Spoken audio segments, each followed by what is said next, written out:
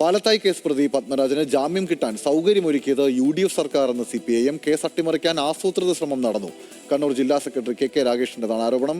Case ലാഘവത്തോടുകൂടിയാണ് കൈകാര്യം ചെയ്തത്. ഒക്ടോബറിൽ പരിഗണിക്കാൻ മാറ്റിയ കേസ് സർക്കാർ ഇടപെട്ട് നേരത്തെയാക്കിയെന്നും KK രാഗേഷ് ചൂണ്ടിക്കാട്ടി.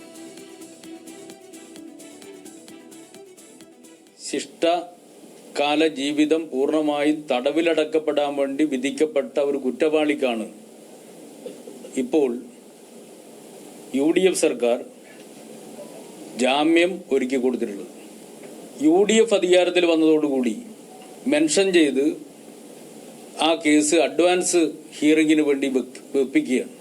സാധാരണ നിലയിൽ അത്തരമൊരു നീക്കമുണ്ടാകുമ്പോൾ പ്രോസിക്യൂഷൻ ശക്തമായി എതിർക്കേണ്ടതാണ്. പക്ഷെ അങ്ങനെ ഗൗരവത്തിലുള്ള ഒരു എതിർപ്പ് ഈ കേസുമായി ബന്ധപ്പെട്ടുകൊണ്ട് ഉണ്ടായി എന്ന് പറയാൻ വേണ്ടി കഴിയില്ല.